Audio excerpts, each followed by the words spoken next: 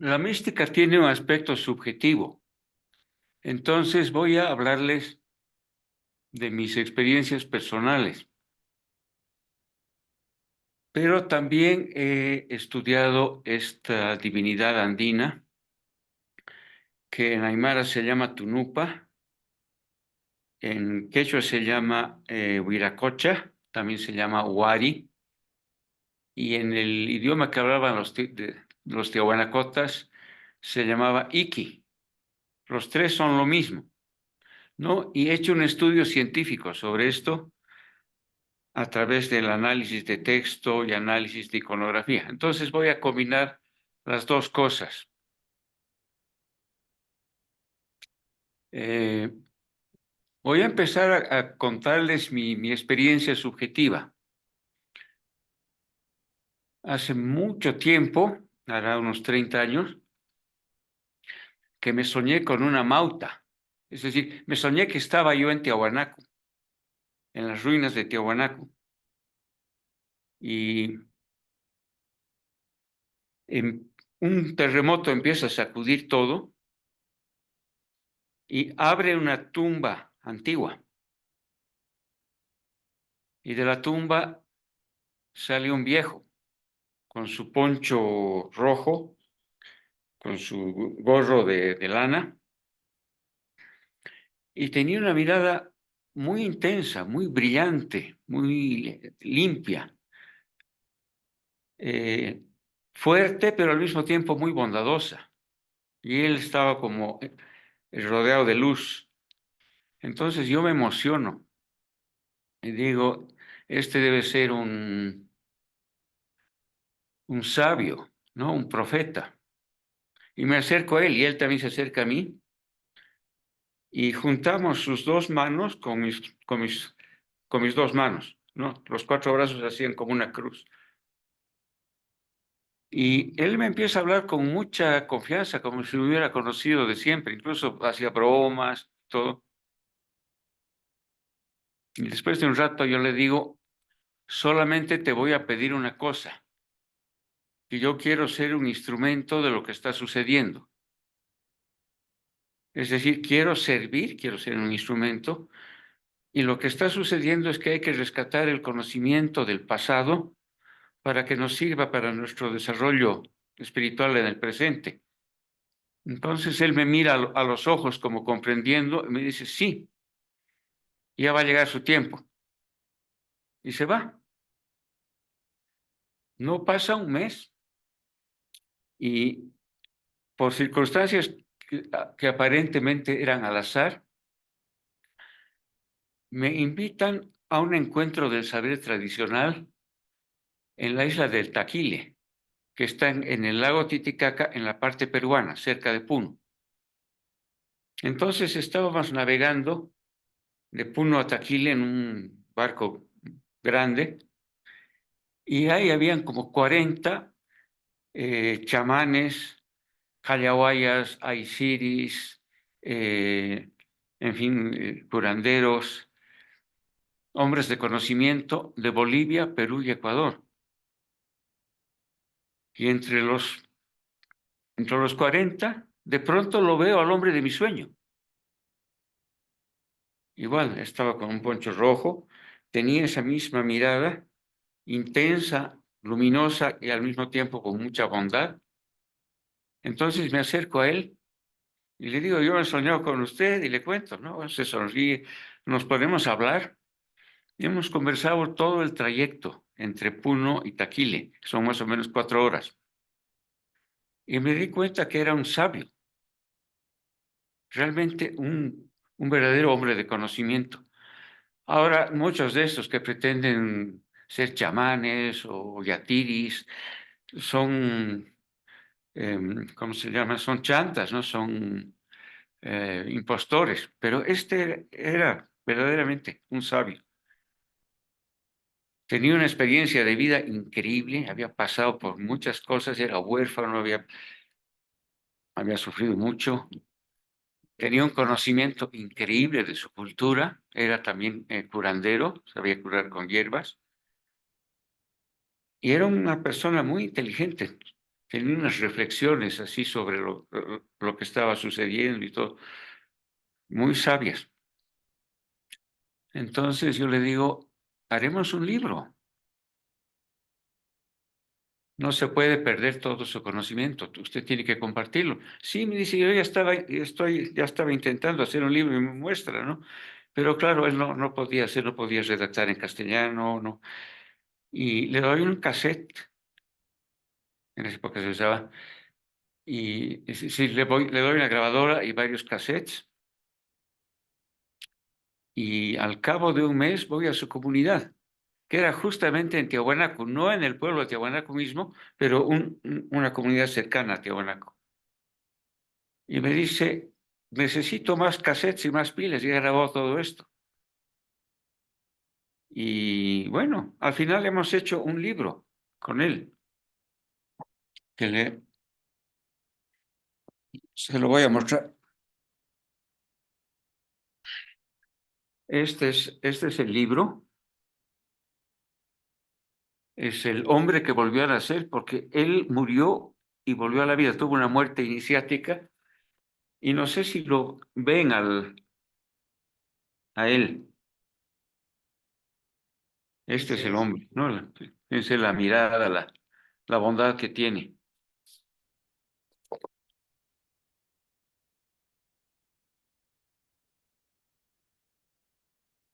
Entonces, em, ya se hizo muy conocido a través del libro. Hemos hecho 3 ediciones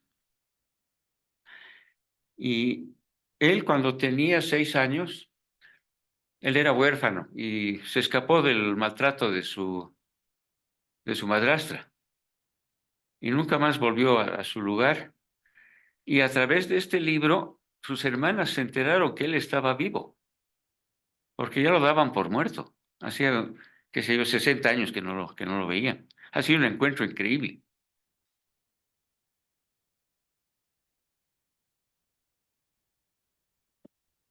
Pero después me he dado cuenta que en realidad el hombre de mi sueño era Tunupa, el dios Tunupa, el arquetipo este, ¿no? Y don Policarpio era como una especie de epígono de él, porque él, sin saberlo y sin conocer nada de Tunupa, siguió todos los pasos de Tunupa, tuvo las 4 muertes iniciáticas, todo, exactamente.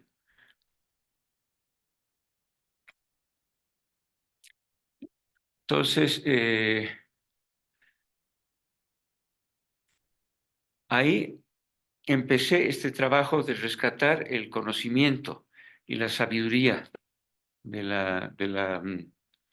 las culturas nativas.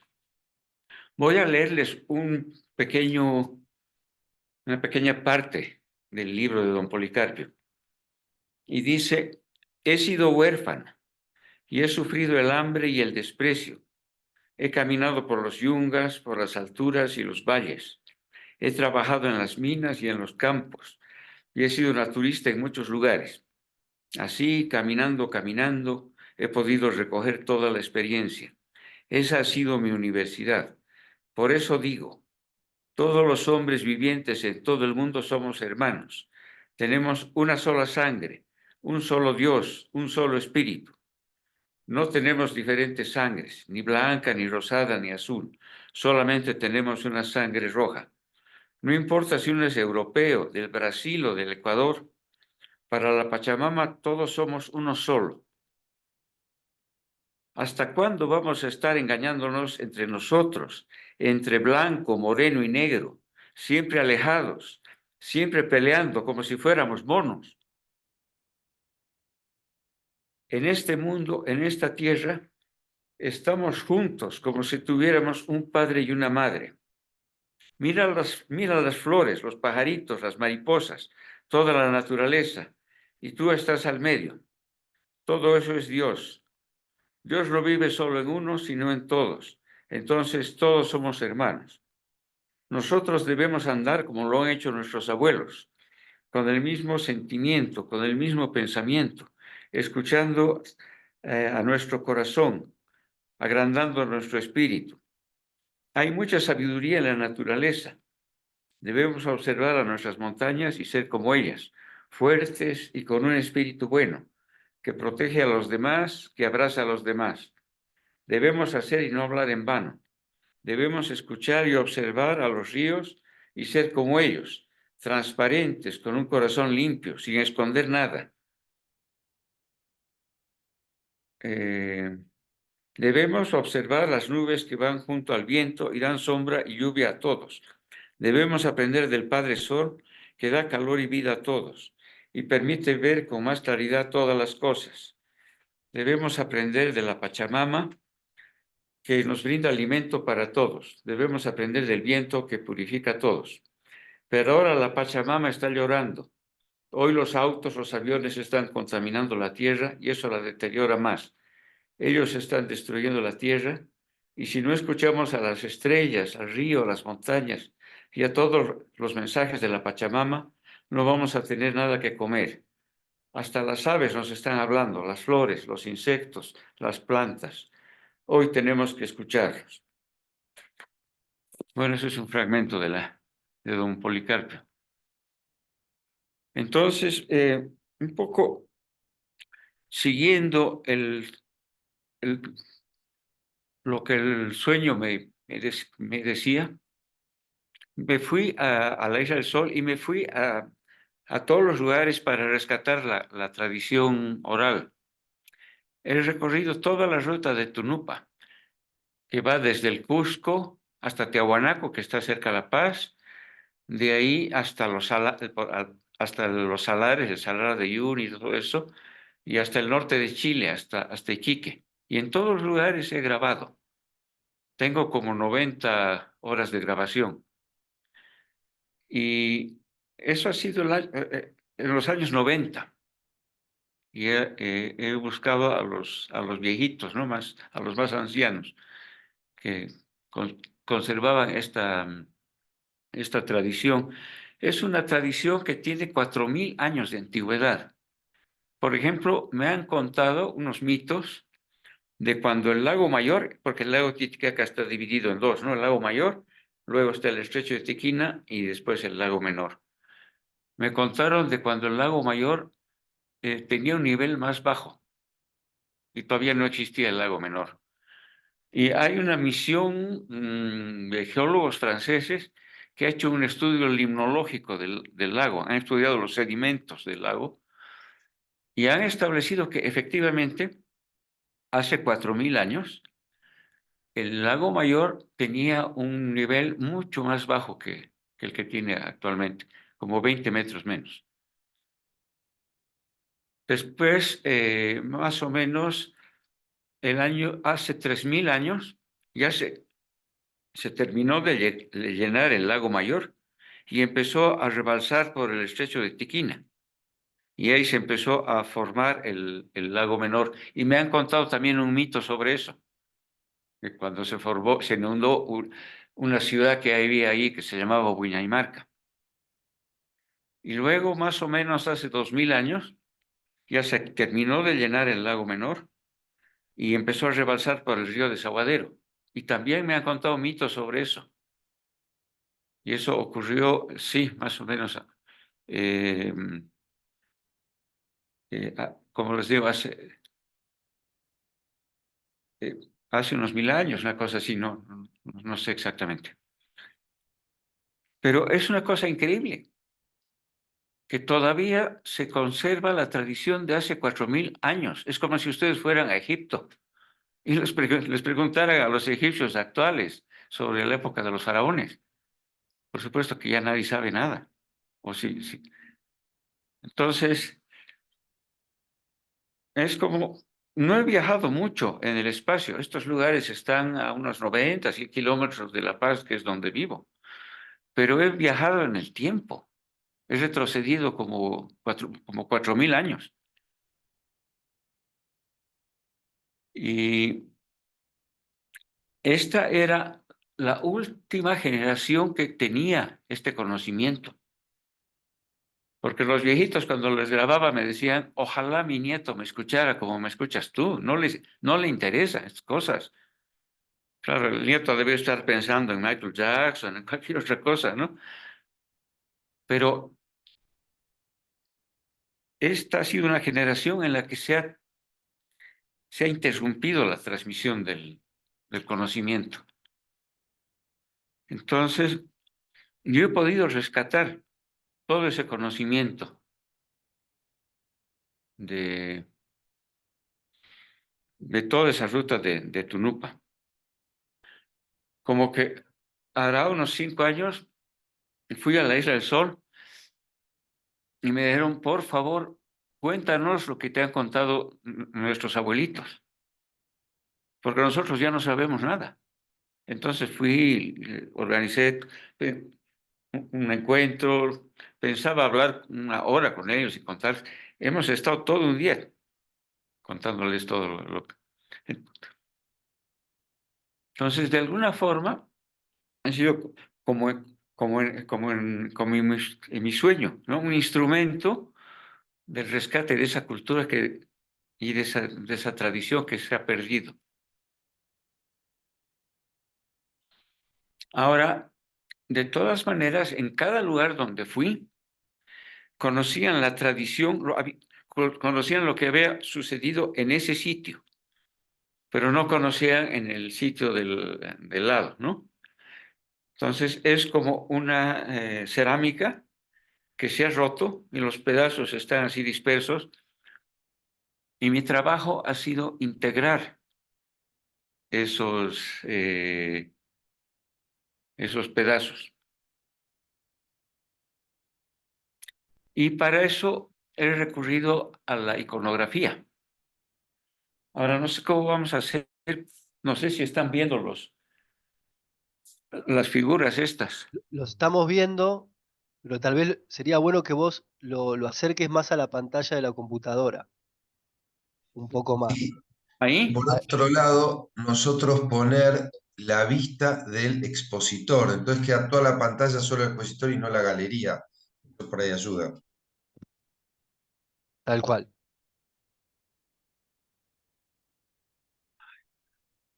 ¿ven las 3 figuras o solo una? Ahora vemos dos figuras, la de Viracocha y la de la lámina, la de la plancha. Ya, perfecto. Entonces, vamos a comparar. Es, a ver, empezaremos por la más antigua. Ahora, ¿ven esta?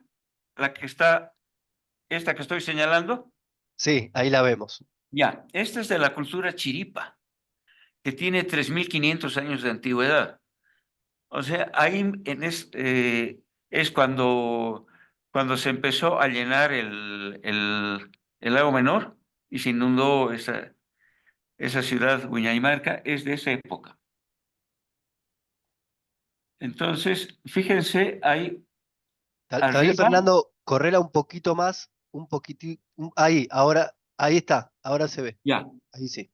ven, hay un círculo en la cabeza, alrededor de la cabeza, está resaltada la parte superior de la cabeza, la fontanela y la garganta, y debajo hay 2 serpientes, 2 felinos que se llaman titis, y al medio una cruz, ¿no es cierto? Ahora vamos a ver la de Tiahuanaco. De Tiahuanaco, más o menos entre el año 0 y el año 1000, ¿no? Estuvo. Y es lo mismo. ¿Ven? Es un hombre, ahí está la cabeza, un círculo alrededor de la cabeza. La parte de arriba está resaltada y está resaltada la parte de abajo en la garganta. Hay 2 varas que corresponden a las 2 serpientes que tenía el otro, ¿no? Y abajo hay 2 felinos. A ver si los ven. Este es el ojo, este es el hocico y esta es la boca. Están mirando para arriba. ¿Ven la cabeza del felino? Este es un felino y este es otro felino. Y Este no tiene cinturón, no tiene la cruz en la cintura. Por hay una razón, pero no voy a explicarles por qué. Pero este otro que es el mismo, sí, fíjense, tiene una cruz tiene tres cruces, ¿no? Ahí y una central en la cintura. Y este otro también tiene una cruz ahí en el ombligo, ¿no?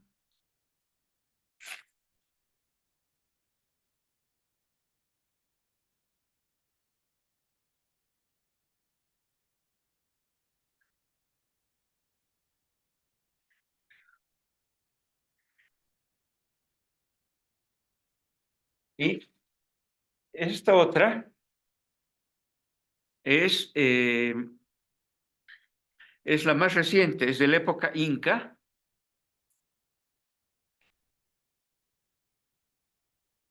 Y esto era una lámina de oro que estaba en el templo de Coricancha, que era el principal templo del Cusco. Entonces debe ser más o menos de 1400 por ahí. Y tiene los mismos elementos, un círculo que está resaltada la parte superior y la parte inferior. Hay 4 elementos que son los 4 rayos. Aquí está el felino, aquí está el rayo que es la serpiente. Este es otro rayo y otro rayo. Y en la parte del ombligo hay una cruz. Entonces, podemos concluir que los tres tienen la misma estructura y eso nos sugiere que están expresando lo mismo, están representando lo mismo. Los dos primeros que les he mostrado son el hombre cósmico y este es el universo, este es el macrocosmos. Aquí está el Sol, la Luna, el Venus de la mañana, el Venus de la noche, las Pléyades, en fin, es toda la Pachamama, la Mamacocha. Este es el cosmos, este es el macrocosmos, es el universo. Y este es el microcosmos, es el hombre cósmico. Pero todas las culturas se han dado cuenta que el ser humano es una especie de resumen del universo. Entonces hay una correspondencia entre el universo, el macrocosmos, y el ser humano, el microcosmos. Y podemos verlo ahora en más detalle, ¿no? El ojo derecho es el sol. Tengo que decirles que en la cultura andina se representa desde el punto de vista del actor, de la persona que está dentro del dibujo. En Occidente representamos desde el punto de vista del observador, la persona que está afuera. Entonces, desde el punto de vista occidental, esta sería la derecha, ¿no? Y la luna estaría a la derecha y el sol estaría a mi izquierda. Pero desde la perspectiva andina, que es la perspectiva del actor, si yo me meto dentro de este dibujo, entonces esta sería mi derecha y esta sería mi izquierda, ¿no es cierto? Entonces, a la derecha está el ojo derecho, que corresponde al sol. A la izquierda está la luna, que corresponde ¿no? El ojo izquierdo que corresponde a la luna. Este es el Venus de la mañana, que se llama Cantatururi. Y este es el Venus de la noche, que se llama Haipururi, que están aquí en la garganta.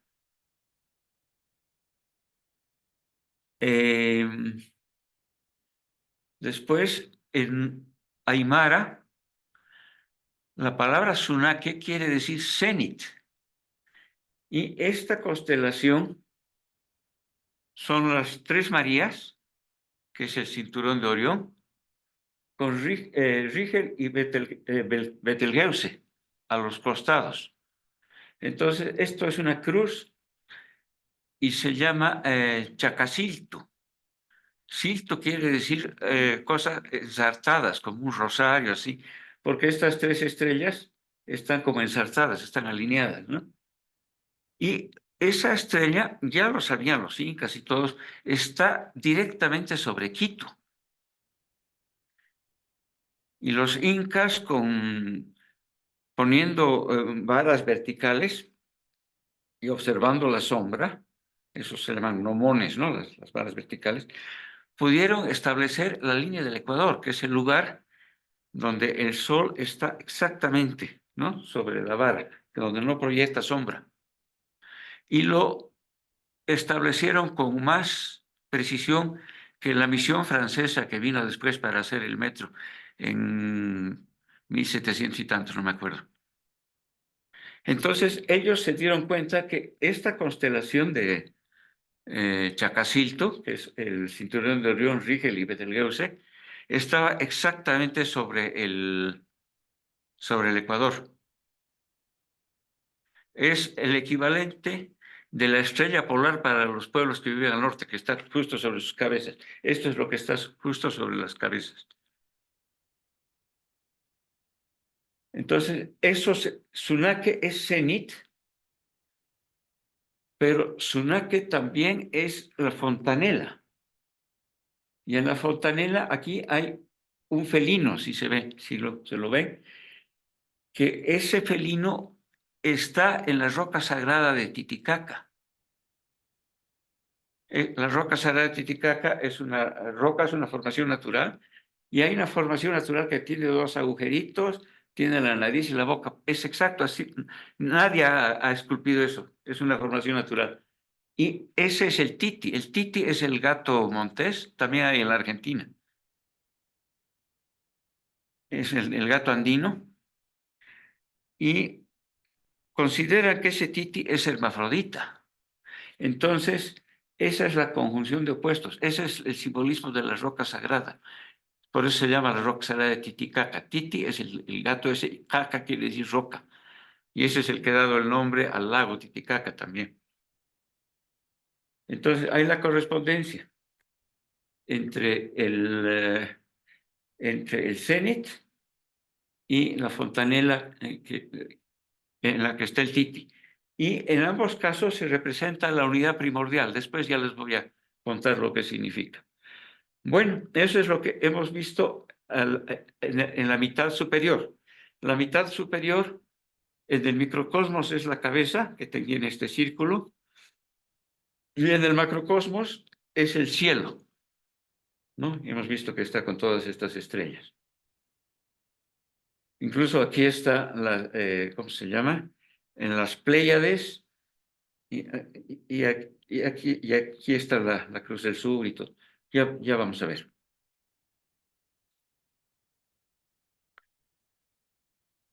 Ahora, la mitad inferior en el microcosmos, es decir, en el ser humano, corresponde al cuerpo. Y eso está definido por los dos brazos que corresponden a estas dos varas, que son dos rayos en forma de serpiente. O aquí también hay este rayo, y este otro es el tite, que es el rayo de abajo. Ese es otro aspecto del tite, del gato. Y aquí se fijaron en la anterior que les mostré, ¿no? Aquí están las dos serpientes, los dos felinos y la cruz en el ombligo, ¿no? Aquí están los dos rayos serpientes, los dos felinos, y como les he mostrado, normalmente hay una cruz acá. Eso es la Tierra. En Aymara antiguo, el mundo se llamaba Pusicaca, que quiere decir 4 rayos. Pusi es 4. Que estos son los 4 rayos, ¿no? Y aquí también están los 4 rayos. Este es el rayo que fue al norte. Perdón, Pusicaca es lo mismo que Pusisuyo, que son las 4 regiones del mundo, los 4 puntos cardinales. Entonces, la Tierra está siempre definida por los 4 puntos cardinales y el centro, que es el ombligo del mundo. que el ombligo del mundo era el Tiahuanaco. Le llamaban Muntu Cururu, el ombligo del mundo. Cusco también era el ombligo del mundo después, y Cusco quiere decir también ombligo, ¿no? Entonces, de ahí, del ombligo del mundo, partieron 4 rayos, y este este rayo fue al norte, y se llama Pachayachachic. Este otro rayo fue al sur, y se llama Tarapaca, ¿no? Que son estos rayos que... Este rayo de aquí fue al este y se llama Imaimana, y es el que llevó toda la diversidad de plantas y animales ahí al este. El este es lo que está hacia la Amazonía, es la tierra más fértil, por eso llevó la diversidad de semillas ahí. Y este otro se llama Tocapo, es el que fue al oeste, que es el país de los muertos. Por eso hay el árbol Malki, que es el árbol de los antepasados. Entonces, tenemos los 4 rayos, los 4 suyos, Pusisuyos en Aymara. En quechua, los incas hablaban de Tahuantinsuyo, ¿no? Y como ustedes saben, Tahuantinsuyo era el nombre del imperio incaico. Este rayo que fue al norte fue al Chinchaysuyo, el rayo que fue al sur fue al Collasuyo, el rayo que fue al este fue al Antisuyo y el rayo que fue al oeste fue al Cuntisuyo. Y al centro, el centro del mundo es Tiahuanaco, el ombligo del mundo. Y ahí en el ombligo del mundo había una pirámide de 7 niveles en la Capana, que es el Axis Mundi, es lo que une el cielo y la tierra. En realidad es lo que une los 3 niveles. Tiene unas cuevas, unos túneles. Eso es el subsuelo. Está el nivel de la tierra y la parte de arriba de la pirámide es una laguna que se llama Huarahuarani, que quiere decir que tiene las estrellas, son los 3 niveles. Entonces es lo que une el cielo y la tierra. Igual en el Cusco también habían monumentos que unían el cielo y la tierra. Bueno, entonces ese es el simbolismo de de estas representaciones. Este es el macrocosmos, este es un diagrama cosmográfico y este es el microcosmos, es el hombre cósmico.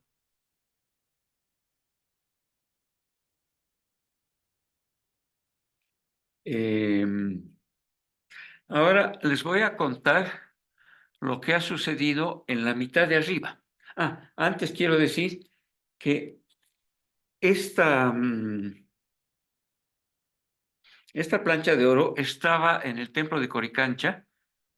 Aquí está una pared, otra pared, y este es el techo, ocupaba toda la pared. Pero los españoles destruyeron esta plancha de oro que representaba el cosmos. Pero este es un cronista indígena que se llama Pachacuti Yamqui Salcamayua. Y él dibujó esto. Entonces, este es un documento iconográfico que está con explicaciones. ¿Ve? Aquí dice Inti, el sol, Quilla. Dice Pachamama, Mama Cocha. En fin, todo está explicado aquí. Entonces, para mí esto ha sido como la piedra de la Roseta. Gracias a este documento, he podido descifrar la iconografía y me he dado cuenta que este dibujo, este diagrama cosmográfico, representa todos mitos que he recopilado y los integra. O sea, aquí está lo que me han contado en la Isla del Sol, por ejemplo, ¿no? Esta parte de arriba. Aquí está lo que me han contado en Sica Sica. Aquí está lo que me han contado en Carabuco. En fin, aquí está lo que me han contado los urus y chipayas, hay por los salares de Uyuni y Coipasa. O sea, toditos los mitos están aquí. Entonces, gracias a eso, he podido juntar los pedazos de esa cerámica que les decía, de los mitos que estaban rotos, y reconstruir la forma de la cerámica. Entonces, les voy a contar ahora lo que ha sucedido en la mitad de arriba, que es lo que me han contado en la Isla del Sol. La Isla del Sol era el lugar más sagrado de los incas. Ahí tuvo lugar la creación.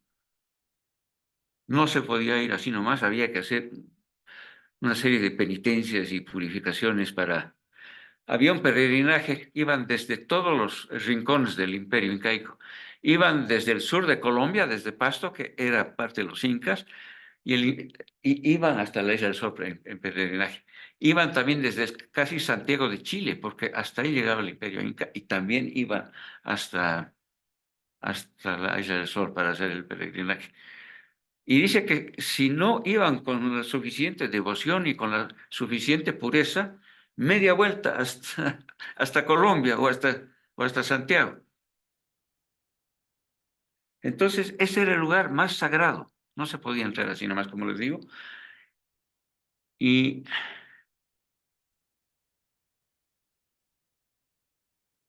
ahí estaba la roca sagrada de Titicaca, que es esto, la roca del Titi, que corresponde al cenit.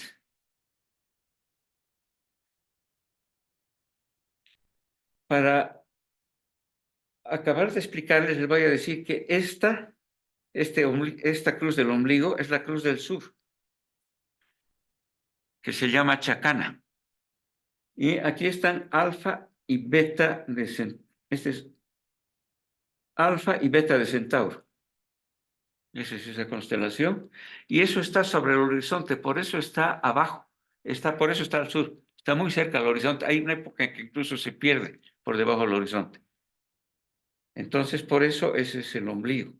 En cambio, esta otra constelación de el Chacacilto está en el cenit, es arriba, ¿no?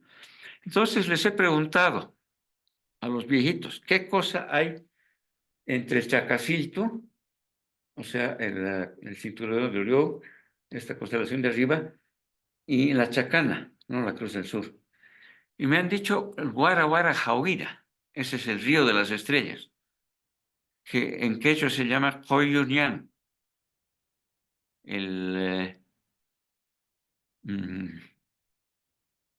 ¿cómo se llama? Es el camino de las estrellas. Y esa es la Vía Láctea. Y ustedes saben que en el hemisferio sur la Vía Láctea se ve muchísimo más clara que en el hemisferio norte. Y en medio de ese río de estrellas, o ese camino de estrellas, hay manchas oscuras. Y esas son constelaciones. Entonces, la que está más abajo es una llama. Es una llama oscura. Y estas estrellas, Alfa y Beta de Centauro, son los ojos de la llama. Se llaman llama ñahui.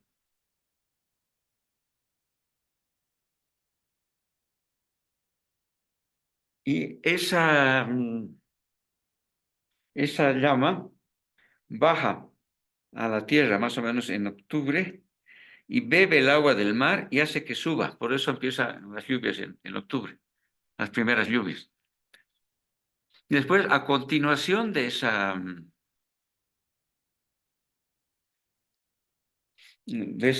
mancha oscura de la llama, hay otra mancha oscura que es la serpiente.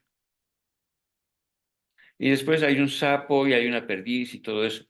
Entonces, este óvalo es la Vía Láctea. A veces han condensado la cabeza de la llama con el cuerpo de la serpiente, y hay veces que esta serpiente se muerde la cola, por eso está así. Es un círculo. Si se fijan, aquí también es como una greca, pero también es una serpiente que se muerde la cola, así. A ver, a ver si encuentro el papel que les...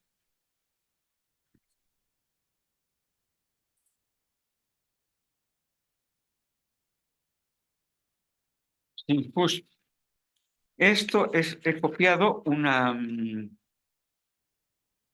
es una figura de una cerámica, y ven, es una serpiente que se muerde la cola. Y estos puntitos son las estrellas, pero está cerrada, se está mordiendo la cola. Aquí también hay uno, ¿cómo se llama? Esta es una piedra que es un espejo astronómico. Aquí ponían agua, era para observar las estrellas. Y esta también es esta estrella, esta, quiere decir, esta es la Vía Láctea, y con las estrellas. Entonces, todo empieza ahí. Esta serpiente que se muerde la cola, según los mitos, está rodeando la isla del Sol, se llama Yarwinka, y hasta ahora la ven. Es una serpiente gigantesca, tiene unos ojos que dice que parecen focos de camión de noche, son muy poderosos. Es gigantesca la serpiente y produce tal oleaje que los botes se pueden hundir con eso. Es una especie de el monstruo de Loch Ness, pertenece a esta criptozoología, digamos. Y tengo testimonios de muchísima gente que la ha visto, la han visto hasta los años 60. Dice que cuando ya han empezado a ver lanchas de motor y todo, ya la serpiente no sale. Pero es esta serpiente que protege la isla del Sol. Hay otros mitos parecidos también en la costa peruana, cerca a Lima, en Pachacamac. También hay una serpiente así. Pero esos son lo que han recopilado los cronistas en la época de la colonia. Ahora ya no se habla de eso. Pero aquí, en la Isla del Sol, sí se habla de esta yarrinca, esta serpiente que se muerde la cola. Y eso es el origen de todo. El mito dice que ahí se originó el universo, que este Huiracocha, este dios, apareció bajo la forma de una serpiente acuática, esa serpiente que... Y el simbolismo de esa serpiente es un simbolismo universal. Esa serpiente que se muerde la cola se llama Uroboros, ¿no es cierto? Y está en todas partes del mundo, ahí en el África, en la China. Uroboros es una palabra griega, los griegos también. En la India, Brahma es una serpiente que se muerde la cola, es una serpiente acuática, porque es el mismo simbolismo del creador. Aquí este es Viracocha, también es el creador y es una serpiente acuática que se muerde la cola. Y lo que significa es que es una serpiente que se está devorando a sí misma, se alimenta de sí misma. Entonces es la energía autogenerada, es lo inmanifestado, indeterminado, autogenerado, eterno. Es la energía que se alimenta a sí misma. No necesita de un creador externo. Ella se crea a sí misma, se alimenta a sí misma. Ese es el sentido. Y esa es la que crea el universo y después va a la isla del Sol y crea eh, ahí es el primer acto de la creación. Pero les voy a contar de un baile que tenían los incas que se llamaba Yahuirca. Yahuayra, perdón, Yahuayra se llamaba pero es y era el baile de la creación. Eso lo bailaban en la primera luna llena después del solsticio de verano. Y ese mes se llamaba Kamai Quilla. Kamai es la energía. Kamai es Hamaska es la energía que nos anima, es nuestra alma. Kamiri es la riqueza que da la tierra, es la que anima a la tierra. Es una energía como decir prana para los hindúes, o como decir chi para los chinos, o como decir mana para los polinesios. Esa es energía primordial. Entonces, el Kamaikilla es el mes de la animación, el mes de la energía, el mes en que se creó el universo. Y bailaban con una serpiente gigantesca de más de 400 metros, que daba la vuelta a toda la plaza del Cusco. Y era una serpiente, era una soga en realidad, se llamaba huasca, y estaba hecha de lana de 4 colores. Les he contado que aquí en la Vía Láctea hay una llama que baja a beber el agua, ¿no? Esa tiene esos 4 colores. Y la cabeza de esa soga era la cabeza de la llama, esa. Y bailaban toda la noche, zigzagueando. Los hombres la sujetaban por la derecha, las mujeres por la izquierda. Y iba toda la noche así, como aquí, ¿ve cómo va zigzagueando, zigzagueando, ¿no? Y bailaban de tal manera que la cabeza de la serpiente se juntaba con la cola, ¿no? O sea que eran uróboros. Y después, ya cuando salía el sol, ya se separaba la cabeza de la cola, se desplegaba la Vía Láctea, así decir. Y esa era, como era luna llena, era el momento en que salía el sol y la luna, que es lo que pasa en la roca sagrada de Titicaca, de donde salen el sol y la luna también. Cuando nació el Inca Huáscar, Huáscar viene de Huáscar, justamente de esa soga, cambiaron esa soga por una cadena de oro. Cada eslabón era más o menos del grueso del brazo de un hombre y podía entrar una persona en ese. Y cada eslabón era una serpiente que se mordía en la cola. Entonces, igual bailaban, los dos cabos de la cadena se unían, igual era un círculo. Y entonces era un uróboros, o sea, un círculo grande, hecho de uróboros más pequeños, que eran cada eslabón. Entonces, eso alude, ese es el mito de la creación. Y como les digo, después esa serpiente se despliega, se abre, entonces ya es como la vemos ahora a la Vía Láctea, ¿no? Hay una parte que está cerca del Ecuador y otra que está sobre el horizonte, ¿no? Y ese dios, que es Huiracocha o Tunupa, va a la Isla del Sol,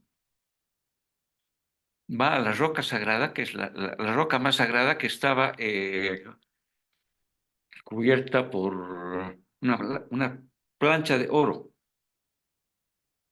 Y no, solamente los sacerdotes y el Inca podían acercarse ahí. Los demás hacían sus ofrendas desde una roca que está un poco ahí al frente, pero la gente común no podía ir hasta ese lugar. Y esa roca, como les digo, es un titi, parece un gato enorme con su cola, y en la parte de la cabeza hay una figura igualita a esta. Y hacia la cadera del bicho hay 2 agujeros grandes, de donde salieron el sol y la luna, y hay 2 agujeros menores, de donde salieron el Venus de la mañana y el Venus de la noche. Y como les he dicho, el titi es hermafrodita. Entonces es la conjunción de opuestos. Era una época oscura, no había luz, todavía no había surgido el sol. La única luz que había era un carbunclo, como un rubí que tenía ese titi. Ese titi es luminoso. Y la verdad es que el titi es un gato increíble. Lo he visto. Es un gato nocturno, tiene unos ojos enormes, rojos, así parecen rubíes. Entonces, esa era la única luz que había. Y de ese hermafrodita, de esa conjunción de opuestos, de esa unidad primordial, salen el sol y la luna. Primero de un agujero salió la luna,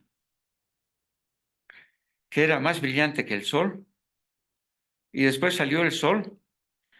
Dice que el sol agarró un puñado de ceniza y se lo arrojó a la cara de la luna y por eso la oscureció. Dice que si la luna con ese su brillo tan grande hubiera seguido así, no hubiera podido haber vida, hubiera sido demasiado caliente. Ese mito lo he encontrado en los mitos de los cronistas. Justamente el que habla de esto es este cronista Pachacuti Yamqui, que ha hecho este dibujo y varios otros, pero me lo han contado con mucho más detalle los de la Isla del Sol. Entonces, de la unidad primordial, que es el Titi, que es, aquí es el cenit, salen el Sol y la Luna, que es el ojo derecho y el ojo izquierdo, que es el día y la noche, lo masculino y lo femenino. O sea, de la unidad ya salen los dos opuestos, el yin y el yang. Y después de otros dos agujeros salen el Venus de la mañana y el Venus de la noche.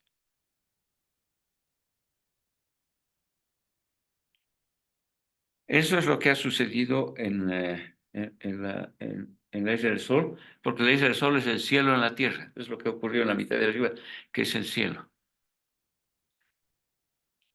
Yo cuando llegué a la Isla del Sol,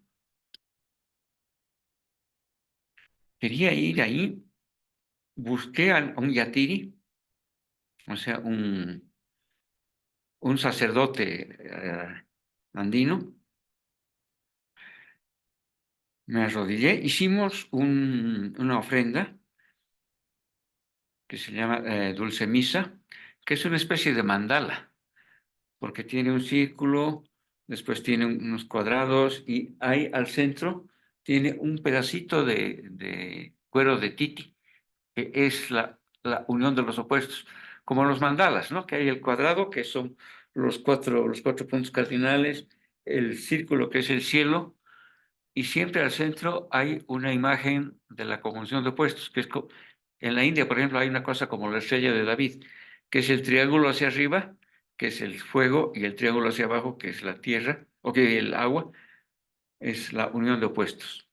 Aquí es el titi, la unión de opuestos, que está justo al centro. Entonces preparó eso.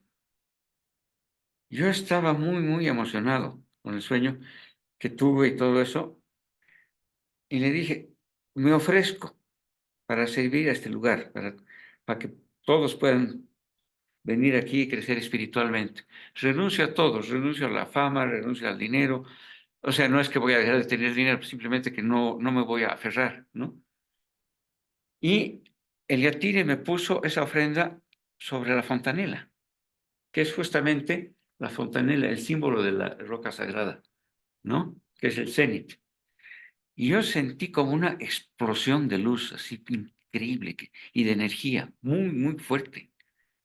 Y una plenitud muy grande. Me puse a llorar porque era muy, muy intensa. Y me sentí unido a todo el universo. Yo era uno con todo el universo y con todos los seres vivos y sentí un profundo amor. Y esa energía, que nunca sentí una energía tan fuerte, y el tiempo se detuvo. Fue como un eterno presente. Y yo estaba unido a todo. No había aquí y allá, todo estaba contigo. Y me ha durado mucho tiempo esa energía. Eh, no necesitaba comer, no necesitaba dormir. He estado unos 15 días, una cosa así, prácticamente sin comer, sin dormir, totalmente lúcido, totalmente dichoso, una plenitud. Se me acercaban los animales, los niños. Les cuento esto porque es parte de la mística de la Isla del Sol. Normalmente uno no debe contar sus experiencias, pero en este caso mi testimonio es importante porque es parte de esto. Y alcancé eso, pero no había hecho un adecuado trabajo de purificación. Entonces, al final, también, después de un buen tiempo, desapareció esto. Y he hecho el trabajo de purificación con lo que les voy a contar después, con todo lo que ha ocurrido en estos 7 niveles que hay aquí.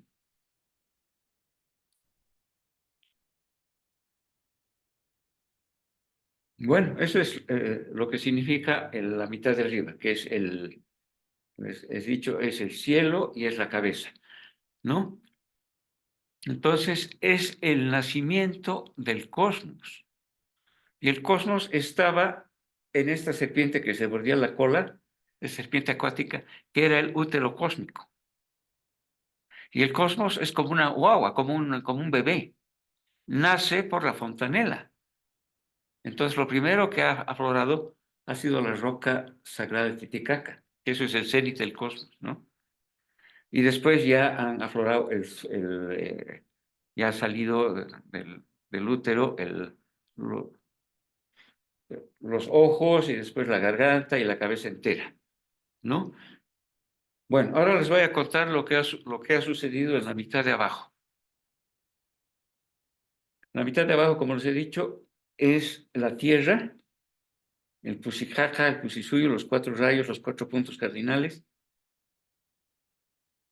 o el cuerpo, con los 2 brazos, las 2 piernas y el ombligo al medio, la cruz del ombligo.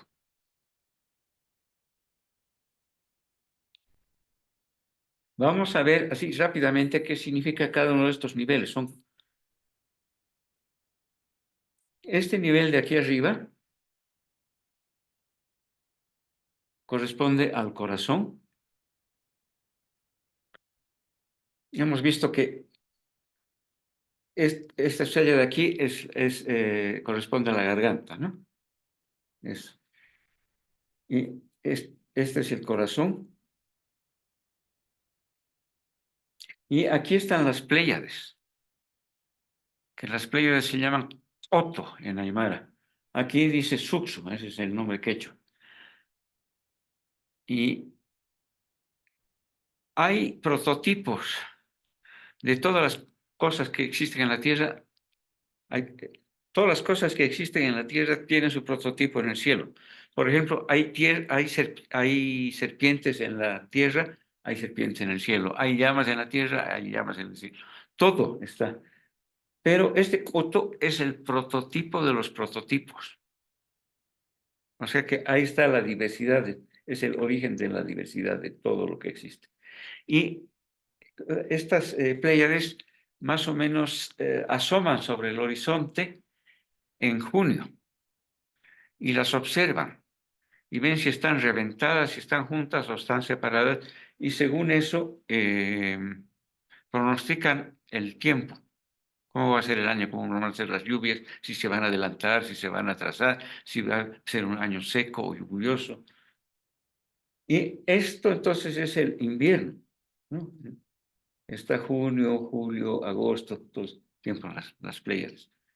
Después también ya vuelven a desaparecer. Y aquí dice invierno, en realidad dice verano, pero lo que pasa es que en la época en 1500 no se sabía que el verano del hemisferio norte correspondía al invierno del hemisferio sur. Pero ahora aquí al lado opuesto están las nubes, que es la época de lluvias. Poco, y dice, es la maduración, cuando maduran las cosechas. Entonces tenemos invierno, verano, época seca, época de lluvias, y además aquí está el pronóstico del año, del clima cavernoso. Entonces, obviamente, este es el elemento aire, es la atmósfera. El siguiente nivel de abajo, tenemos el rayo de arriba, que es este que fue al norte, y el rayo de abajo, que es el que fue al sur. Y que son enemigos, son antagónicos, siempre se andan peleando.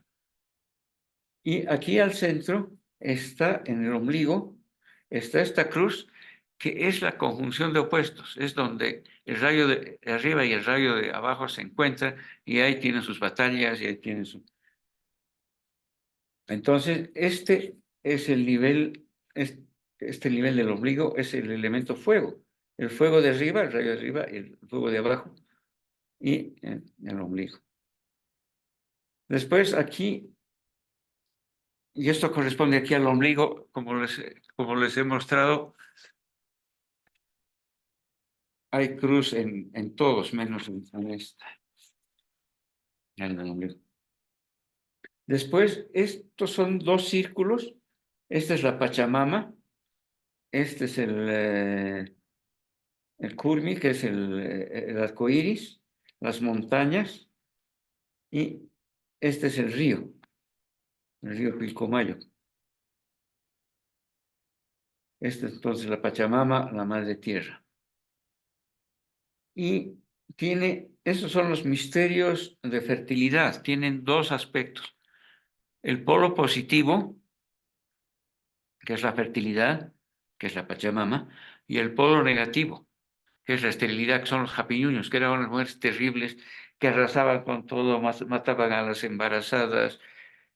Al final, este Tunupa logró combatir, luchó con ellas y las expulsó a los páramos, lo que está por encima de los 4.500 o 5.000 metros, donde ya no crece hierba. Ahí están ahora los japiñuños, esa es la esterilidad. Bueno, ahora a este lado está la mamacocha. Eso corresponde aquí al vientre. La mamacocha es la madre lago o mar. Cocha es indistintamente mar o lago. Y de aquí sale Puquio, que es la vertiente, el agua que sube. Así como de la Pachamama sale el agua que baja, que es el río, de la Mamacocha sale Puquio, la vertiente, el agua que sube. Y la Pachamama, aunque es la Mamacocha, la madre lago, estaba representada como una mujer pez. La más importante estaba en Copacabana, era una estatua grande, con rostro de mujer, cuerpo de pez, y estaba hecha de una piedra azul, del color del lago. Y en la parte de Pachacamac, en la costa peruana, había también una representación de la madre, de la madre mar, y también era de una mujer pez de color azul, del color del agua, ¿no? Y esta madre lago, mar, tenía dos hijas. Una se llamaba Jacinto y otra se llamaba Humanto. Son dos especies de peces del lago que ya han desaparecido, se han extinguido. Pero me he hecho amigo de un pescador que era viejito, que él ha alcanzado a ver, y me las ha dibujado y me las ha descrito. Entonces, Humantu era más grande, rosada, lenta. Y Tunupa la persiguió a esa y la violó o la sedujo, no sé. Pero estos son los misterios de transformación. Igual que la Pachamama tiene los misterios de fertilidad y fecundidad. Y con sus dos polos, la Mamacocha tiene los misterios de transformación, que son los estados de conciencia. Tiene su aspecto positivo, que son los estados de conciencia positivos, o sea, la inspiración, el éxtasis místico, el conocimiento, la sabiduría, y los estados de conciencia negativos, es decir, ¿no? El polo negativo, que es el estupor, la embriaguez, la locura. Y esas dos hermanas representan eso. Un manto, es la que es medio rosada y lenta, y a la que seduce Tunupa. Esos son los estados de conciencia negativos. Entonces es el estupor que viene, digamos, por un abuso, por un exceso de sexo, digamos, ¿no? Y esas sirenas, hasta ahora hablan de las sirenas. Lo pueden volver loco a uno, lo dejan, lo marean, lo emborrachan. Esos son los estados inferiores de conciencia. Y la otra, la hermana menor, se llamaba Jacinto, que era blanca, muy esbelta, ágil, y hay varios testimonios que tengo de Jacintos, de Jesís que vuela. Entonces, a esta la persiguió Tunupa, pero como era más ágil no la pudo alcanzar. Entonces Tunupa se vio obligado a sublimar, digamos, sus impulsos, y esta, por escapar de Tunupa, se convirtió en ave, se elevó, y se elevó tanto que llegó al cielo y se convirtió en Venus. Y esa es la que lo ha guiado a Tunupa hasta la roca sagrada de Titicaca y lo ha convertido, lo ha llevado a la iluminación que él ha tenido. O sea, son los estados superiores de conciencia, es la intuición superior.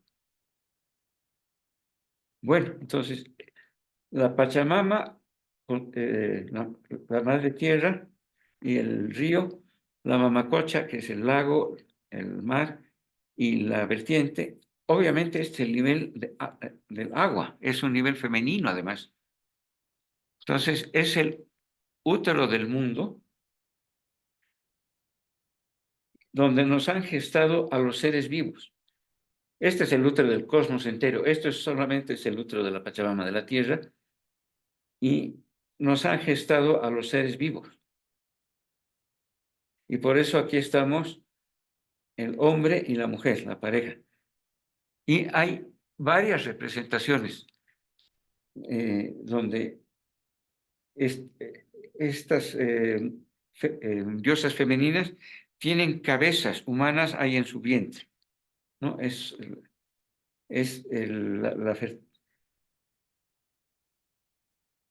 Son los misterios de fertilidad, pero al mismo tiempo están con ropa. Entonces también son la conciencia social, ¿no? Y eso lo vemos también aquí en el vientre de esto, que hay varias cabezas humanas, es la multiplicación de los seres, es la fertilidad, es el nivel agua. Y finalmente aquí abajo tenemos este Tunupa, este rayo que fue al este, que llevó la diversidad de plantas.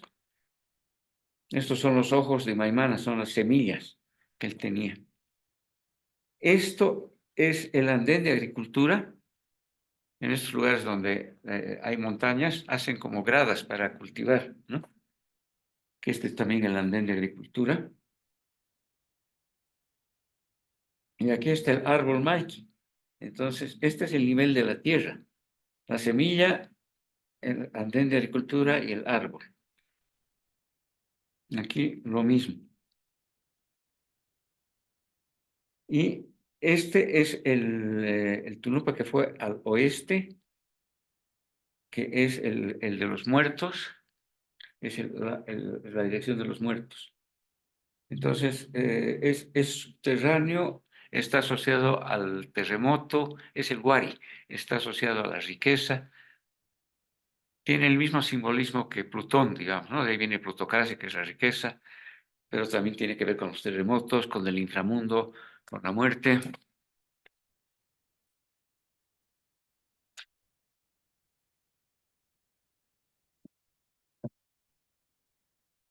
Esto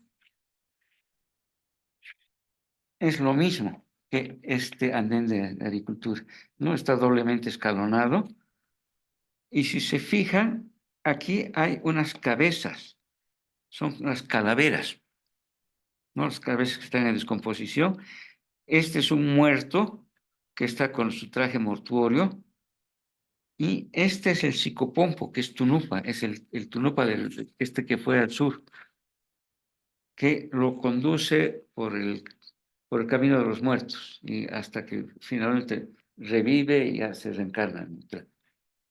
Entonces, este es el andén de agricultura, pero también hay una cavidad ahí adentro, esta misma cavidad, y que representa es como una tumba, y es la muerte, porque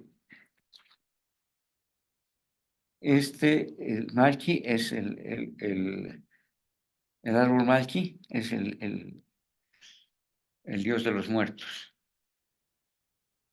Es como Shiva también, ¿no? El destructor. Bueno, ahora rápidamente les voy a contar los mitos que están aquí. Hemos visto que de la roca sagrada de Titicaca salió el sol, la luna, el Venus de la mañana y el Venus de la noche. Esos Venus son los abuelos. Este es el antepasado de todas las divinidades masculinas, y la Venus de la noche, que es femenina, es la antepasada también de todas las divinidades femeninas. Entonces, esta es la antepasada, esta femenina, de la Pachamama y los Japiñuños, y la Mamacocha, la Madre Lago y las dos sirenas, ¿no? Y el Venus masculino, es el antepasado de los dioses masculinos, que son los 4 rayos, que además son los esposos de estas 4 mujeres, de las que les acabo de hablar. Entonces, voy a ir muy rápido. Hay un proceso descendente.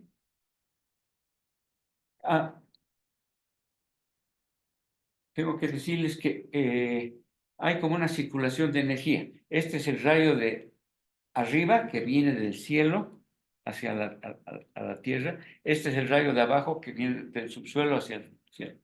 Este es el agua que sube, que baja, perdón, el río. Este es el agua que sube, no la vertiente. La semilla baja y la planta sube. Entonces, por esta columna de la derecha, todo baja. Y por la columna de la izquierda, todo sube. Hay un ciclo. La columna de la derecha es la columna diurna, masculina y descendente. Y la columna de la izquierda es nocturna, femenina y ascendente, inconsciente. Entonces, y la columna central es la unión de las dos columnas laterales, ¿no? Es la Vía Láctea, que es el axis mundi, lo que une el cielo y la tierra, es masculino y femenino al mismo tiempo, es cielo y tierra y subsuelo al mismo tiempo. Es la unión de los opuestos. Bueno, entonces rápidamente les voy a contar el rayo de arriba, que es el que tiene el proceso descendente. De Tiahuanaco salen los 4 rayos. El Tiahuanaco es el ombligo, el centro del mundo. El que va al norte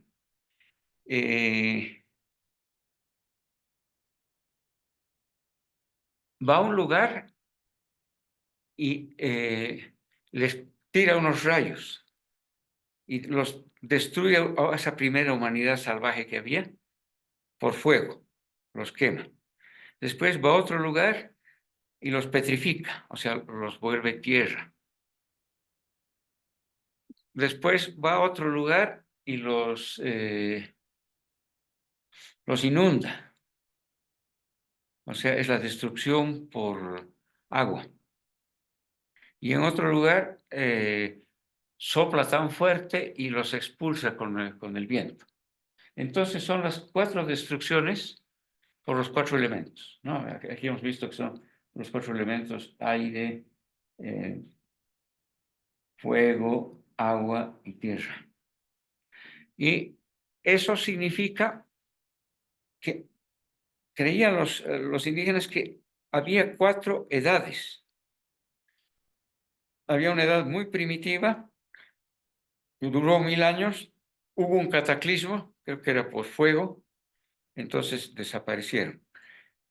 Otra edad que duró 1000 años, eran un poquito más evolucionados, hubo un cataclismo por agua y también desaparecieron. Después otra edad, y igual los destruyeron, y finalmente los destruyeron por aire. Son las 4 destrucciones y representan la evolución de la humanidad. La primera era la más primitiva, después venían los siguientes más evolucionados, y al final los últimos ya eran los Tiahuanacotas, los más evolucionados. Lo que nos interesa, hablando de mística, es el proceso de la izquierda, que es ascendente y nocturno inconsciente. Ese es el proceso que va de la máxima complejidad y diversidad hasta la unidad. Ese es el proceso místico. Y aquí me voy a detener un poco más. ¿Cuánto tiempo llevamos? Perdón, no tengo. ¿Me escuchás ahí, Fernando? Sí, sí, sí. Ahora son las 9:05 ¿Y a qué hora hemos empezado? y empezamos aproximadamente 8 menos cuarto, por ahí. Ya. Entonces, más o menos da. Bien.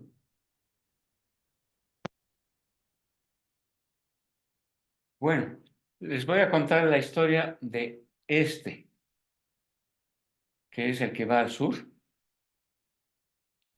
que se llama Tarapaca. Tara es águila. Y empieza la historia en Carabuco, que está en el lago Titicaca, al este del lago Titicaca.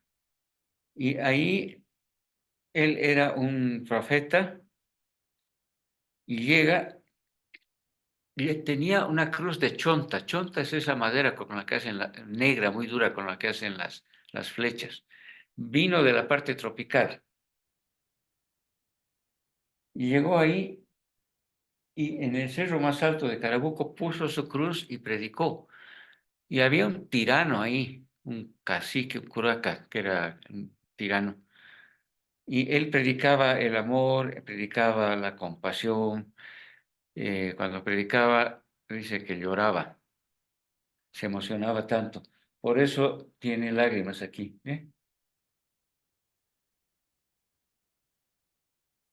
Pero al curaca no le hizo ninguna gracia que estén hablando de esas cosas, entonces lo tomó preso, lo torturó y lo metió al agua. Lo ató a una balsa y lo lo lanzó al agua. Entonces hubo un viento muy fuerte que se llamaba Aguacasa, que soplaba de 2 montañas, que sopló 4 días y 4 noches. Y este Tunupa estaba en el lago Mayor, entonces abrió el estrecho de Tiquina, que es lo que les he contado. Antes no había el estrecho de Tiquina, empezó a haber agua ahí. Y después abrió el desaguadero, ya cuando se llenó el lago menor. Y el desaguadero va desde el lago Titicaca hasta el lago Popó, que está más al sur.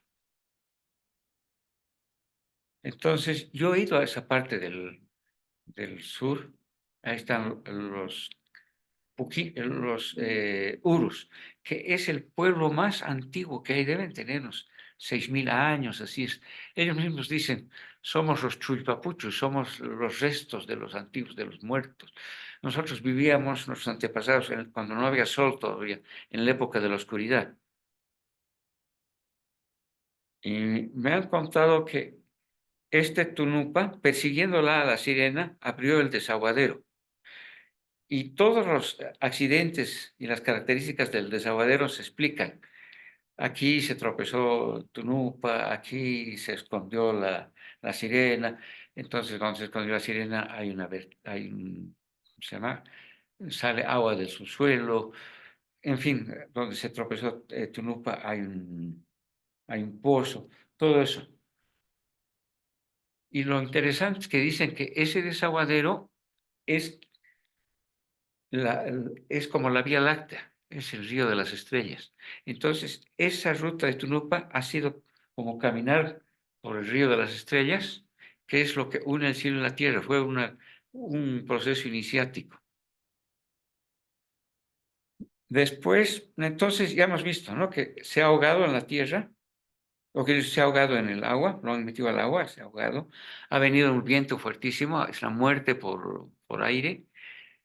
Ya cuando estaba ahí en medio del desaguadero, se salió a un lugar que se llama Sica, al borde del desaguadero, y se quedó ahí a descansar sobre un montón de leña. Parece que estaban construyendo un templo o algo así. Y cayó un rayo y lo quemó. Completamente desapareció. Porque se prendió una enorme hoguera ahí, ¿no? Y al día siguiente estaba sin un tizne. Esa es la muerte por fuego. Y finalmente llega hasta el lago Popó, que es donde desemboca el desaguadero, y del lago Popó surge otro lago que se llama la Cajoguía, que va hacia los salares, hacia el Salar de Uyuni, y es un río rarísimo, porque se origina en las aguas se alimenta en las aguas del Popó, pero nace unos 5 kilómetros de la orilla del Popó, va por el subsuelo. Después tiene un recorrido de unos 6, 7 kilómetros por la superficie, después se vuelve a meter por el subsuelo y llega hasta el Salar de Coipasa. Ahí hay una laguna. Y Tunupa también hace ese mismo trayecto, que es el trayecto de los muertos. Es la muerte por tierra, porque se va por el subsuelo. Y cuando se mueren estos urus o chipayas, hacen un ritual para que el alma haga ese trayecto y vaya por el subsuelo. Es más o menos lo que les he mostrado aquí, es la descomposición del cuerpo hasta que llegan a la laguna que hay en el Salar, y de esa laguna se mete por bajo tierra y sale por Iquique. Y ahí es como que revive, renacen, digamos, en el mar, se reencarnan ya en otro cuerpo, ¿no? Es un renacimiento. Entonces, es la muerte por tierra. Ahora, ¿qué significan estas 4 muertes por los 4 elementos? Don Policarpio murió por los 4 elementos, por eso se llama el hombre que volvió a nacer. Y me ha contado, realmente había una lucha de linderos y le tiraron un hondazo, una pedrada, y se le incrustó en el cráneo y murió, estuvo al otro lado. Por eso se llama el hombre que volvió a nacer. Y él me relata toda su experiencia en el otro mundo, ¿no? Que primero atravesó un túnel, o sea, es la cosa de la tierra, después cruzó un río con ayuda de un perro negro, que es la muerte por agua. Después salió a un lugar que era un calor terrible, se moría de sed y tuvo que cruzar eso. Y después se fue a un lugar donde había viento y ahí había una puerta, un portal, ¿no? Como un arco nada más. Y ahí estaba el que cuidaba la puerta y le dice, ¿dónde crees que estás yendo?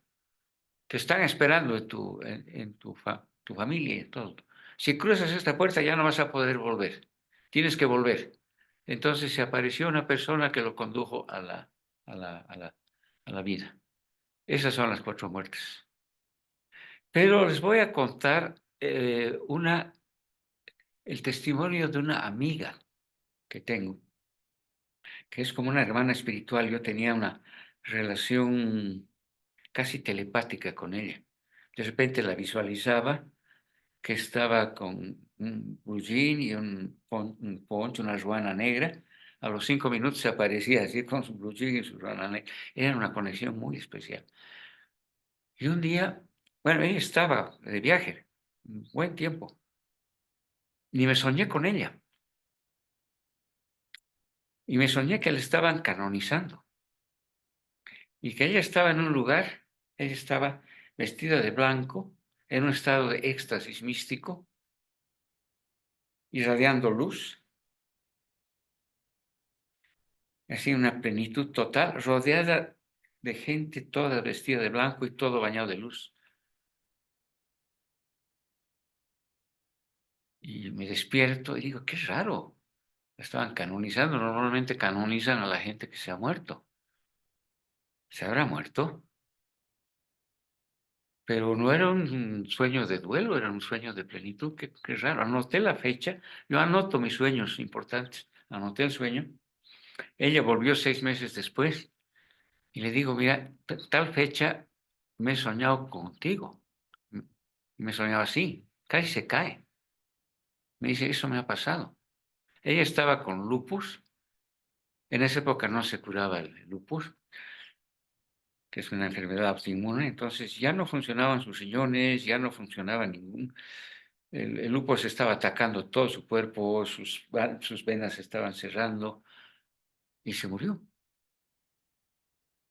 Y ahí cuando estaba al otro lado, tuvo esa experiencia que yo vi, así con luz, bañada en luz, y esa plenitud y todo. Y después una persona la tomó por la...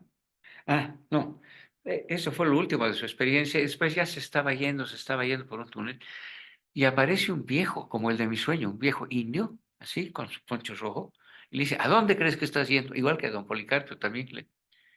No ha llegado todavía a tu hora, regresa. Entonces ella empezó a luchar para volver a la vida, pero era muy, muy difícil, ¿no? Entonces me vio a mí, que yo le estaba mandando energía para ayudarla a regresar, y había otras personas también que la estaban... Y al final volvió y revivió. Ella estaba en un hospital en Estados Unidos, ya estaba desahuciada, ya se había muerto, y en su hoja clínica dice miracle, milagro, que son tan, los médicos son tan, qué sé yo, materialistas, así no creen en estas cosas, por lo menos en esa época, estoy hablando de hace muchos años, y volvió a la vida. Entonces, le digo, bueno, yo te he ayudado a, a volver, ahora me vas a ayudar vos, te voy a grabar. Y me ha contado toda su historia y tengo la grabación. Entonces les cuento lo que ella me ha contado. Ella primero era, se, le cayó, hubo como un derrumbe sobre ella. Cayeron piedras, tierra, todo, y totalmente tapada por la tierra, con esa sensación del peso enorme, ¿no? Que le aplastaba las costillas, de ahogarse y todo, y se murió. Sintió que se murió y después se convirtió en piedra. Y era una piedra que el río lo estaba puliendo, ¿no? Después sintió que se ahogaba. Esa sensación de que entra el agua por la nariz, que no puede, esa desesperación de no poder respirar, y se ahogó, y se murió. Y renació como un pez, estaba en el río ese. Después sentía que se quemaba, era un fuego, una cosa así, pero insoportable, un calor insoportable.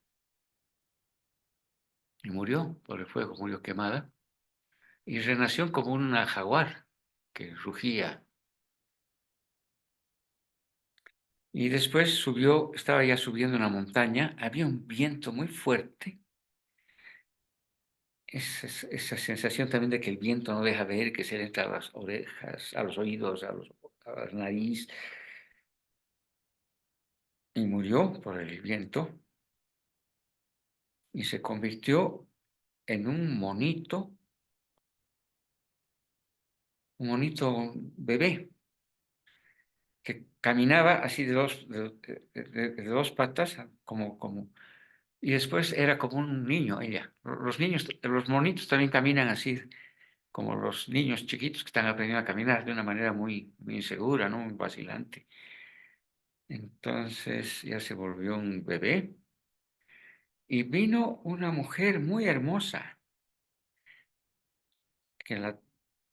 brillante, que es Venus, es la Venus que la ha guiado también a Tunupa, y la tomó del brazo y la llevó hasta la cima de la montaña, ahí en el cenit justamente, en el punto más alto. Y ahí estuvo esa experiencia de la luz que yo vi en mi sueño, que estaba con luz y con gente, todos con túnicas blancas. Esa es la historia. Ahora, ¿qué significa esa historia? Cuando nos morimos, se activa nuestra memoria. Entonces empezamos a ver una especie de película de nuestra vida que empieza en el momento presente y va retrocediendo hasta el momento de nuestro nacimiento. Entonces nos acordamos de todas nuestras experiencias. A las personas más espirituales no solamente reviven la memoria individual, sino que reviven la memoria de la especie. Y eso es lo que le ha pasado a don Policarpio, por ejemplo, que ha tenido las 4 muertes, ¿no? Y la Marta también. Y tengo 2 testimonios más. Y yo mismo he tenido un testimonio así, no muriéndome, pero con una sesión de Reiki también, que